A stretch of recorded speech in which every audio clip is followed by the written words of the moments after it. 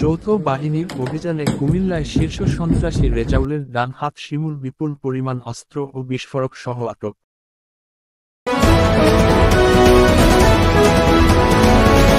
আপনারা দেখছেন দৈনিক কুমিল্লার ডাক।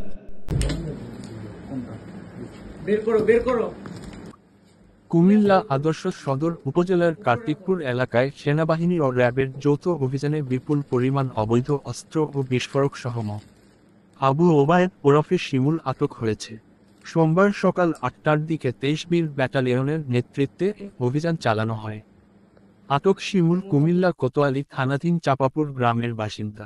তার পিতার নাম আব্দুল ওয়াহাব। অভিযানে উদ্ধার করা হয়েছে একটি ৭.৬৫ মিলিমিটার পিস্তল, ২টি পাইপগান, ৩টি ককটেল, ৬ রাউন্ড শটগান গুলি, ১ রাউন্ড ৭.৬৫ মিলিমিটার গুলি, একটি স্মার্টফোন ও একটি বাটন ফোন। গোয়েন্দা সূত্রে জানা গেছে, শিমুল কুমিল্লার কুখ্যাত সন্ত্রাসী রেজাউলের ডান হাত। একসময় রেজাউল ক্ষমতাসীন দলের সংসদ সদস্য বাহারের জন্য অস্ত্র পরিবহনের কাজ করতেন। বর্তমানে রেজাউল ও শিমুল নিজেদের মহানগর বিএনপির সভাপতি উদ্বাতুল বাড়ি আবুর অনুসারী পরিচয় দিয়ে রাজনৈতিক সহিংসতা ও চাঁদাবাজিতে জড়িয়ে পড়েছে।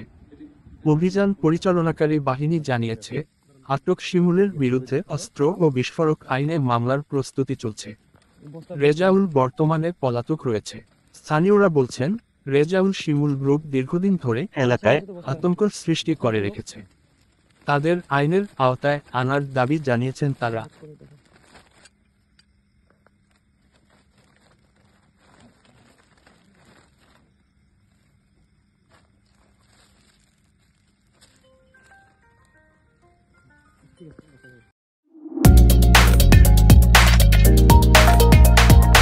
এতক্ষণ ধরে আমাদের সাথে থাকার জন্য ধন্যবাদ।